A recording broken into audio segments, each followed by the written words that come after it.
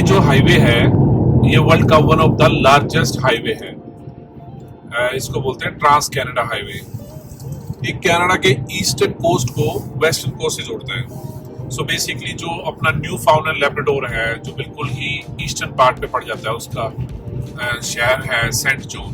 सो ये हाईवे वहाँ से स्टार्ट होता है और फिर ये क्रॉस करता है अपना पूरा न्यू फाउंड एंड लैब्राडोर। उसके बाद में नोवा स्कोशिया पूरा क्रॉस करता है, फिर अपना न्यू ब्रंसविक, फिर अपना क्यूबेक, फिर अपना ओंटारियो के बाद में मैनिटोबा, फिर एल्बर्टा और फिर है ब्रिटिश कोलंबिया। सो ये ब्रिटिश कोलंबिया के जो विक्टोरिया शहर है जो कि कैपिटल है बीसी की, वहां तक ये जाता है।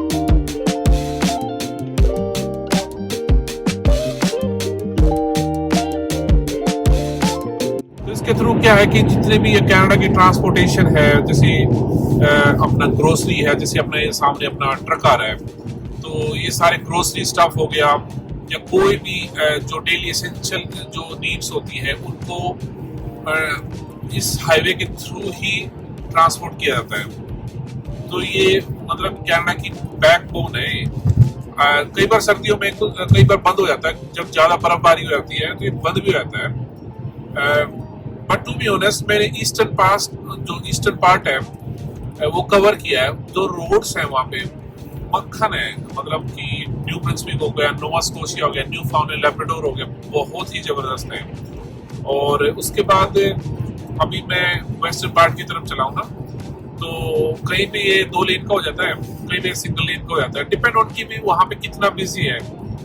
अभी देखो मैं पिछले आई थिंक 600 किलोमीटर से चल रहा हूँ, तो छोटे मोटे टाउन आ जाते हैं, अदरवाइज है ना पूरा ऐसे है, एकदम जंगल है, पूरा कुछ नहीं आता।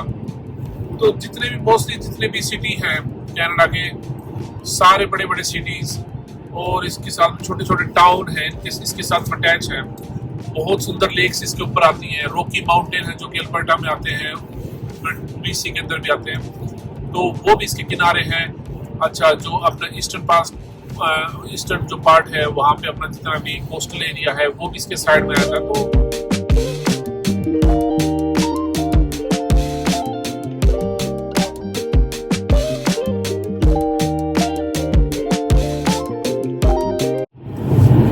ओनली ओंटारियो के अंदर जो ट्रांस कनाडा का पार्ट है ना वो 2100 किलोमीटर का है, सबसे लंबा है।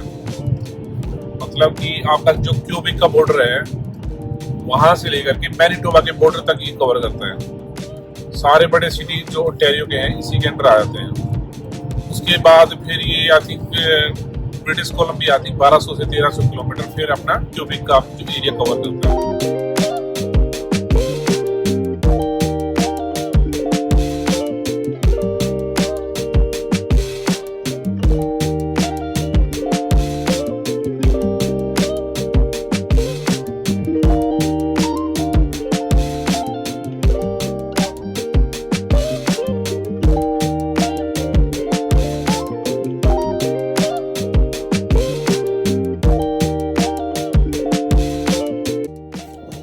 तो मैं खड़ा हूँ लेक हुरॉन के साइड में, जो कि ओंटारियो के अंदर पड़ जाती है। आपको हैरानी होगी कि पूरी दुनिया में ओनली कनाडा के अंदर 20% फ्रेश वाटर है, जो कि लेक्स में भी आता है, अपने रिवर्स के अंदर भी है, ग्लेशियर के अंदर भी है। 3 मिलियन से ज्यादा, 30 लाख से ज्यादा लेक्स हैं ओनली कनाडा के अंदर। अपनी अगर बात करें तो ओंटारियो के अंदर ही 2.5 से 3 लाख है लेक्स। बहुत बड़ा नंबर हो जाता है ये। सर्दियों के टाइम में लेक्स एकदम से ना फ्रीज हो जाती हैं। इसके ऊपर लोग आइस हॉकी भी खेलते हैं, आइस स्केटिंग भी करते हैं। टेम्परेचर इतना ज्यादा डाउन हो जाता है, वो तो अभी मैं आपको सर्दियों के टाइम पे ही दिखा पाऊंगा। कनाडा के पास पानी की तो कमी नहीं है, टू बी ऑनेस्ट। और जो नेचर है उसका तो कोई जवाब ही नहीं।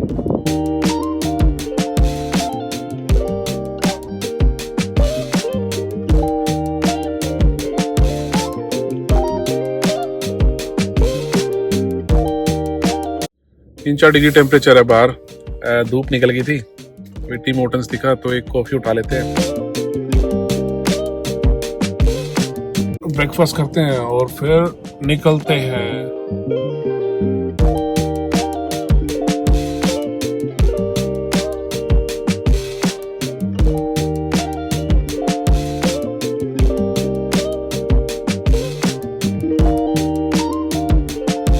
ये बेहद खूबसूरत नज़ारे हो, आप इनके साइड में खड़े हो, पिज़्ज़ा हो, कॉफ़ी हो, और जीवन में चाहिए क्या।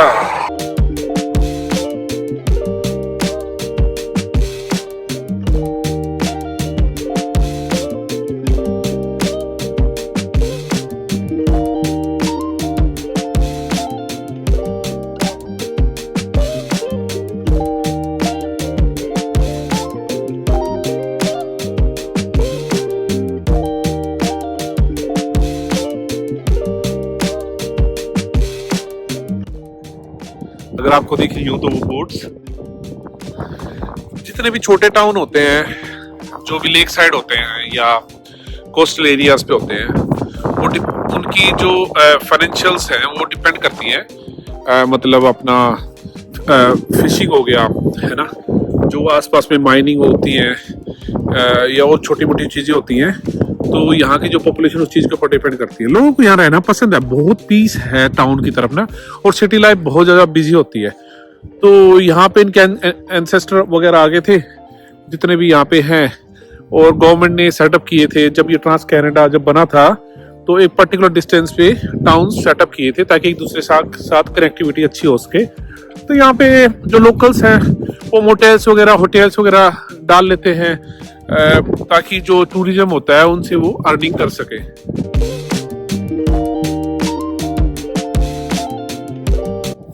यहाँ छोटा सा आइलैंड दिख रहा है वो आपको, ऐसे एक ओंटारियो में एक जगह भी है जिसको 1000 आइलैंड बोलते हैं। लिटरली वहाँ पे 1000 से भी ज्यादा छोटे आइलैंड्स हैं, और वहाँ पे कनेक्टिविटी भी बोट के थ्रू होती है। अभी मेरे पास वीडियोस नहीं है, मैं गया था एक बार फैमिली के साथ वहाँ पे, बहुत ही सुंदर था। कभी जाएंगा तो आपको दिखाऊंगा इन फ्यूचर।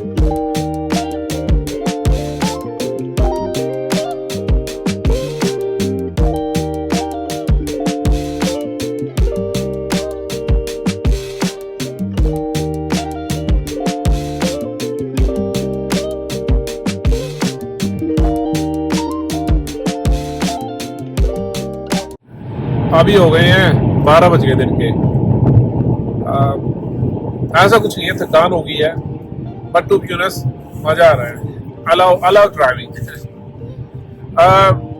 आज का मेरा पहला स्टॉप है थंडर पे। मैं चला था हैमिल्टन से, सो इट्स अबाउट की 1400 किलोमीटर दूर है। आधा दूर तय होगी, आधा और रह गया, शाम तक लगा देंगे गाड़ी।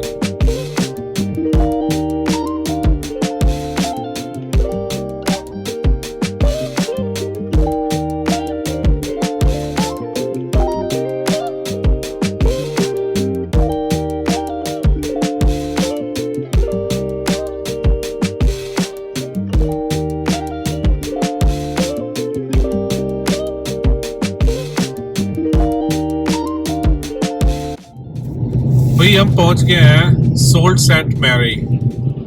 ये जो शहर है ये कनाडा में पड़ जाता है, विनिपेग और टोरंटो के एकदम मिड में। यहाँ से आप नीचे की तरफ जाते हो तो टोरंटो हो गया, अपना ईस्ट की तरफ चलते हो तो मॉन्ट्रियल हो गया, ओटावा हो गया, और वेस्ट की तरफ ऊपर की तरफ चलते हो तो विनिपेग हो गया। अब क्या है कि आप इसको ये बोल लो, कनाडा का हार्ट है, एकदम मिड में, बीचों बीच। बहुत ही खूबसूरत शहर है। इसकी कुछ रोचक बातें बताता हूँ मैं आपको।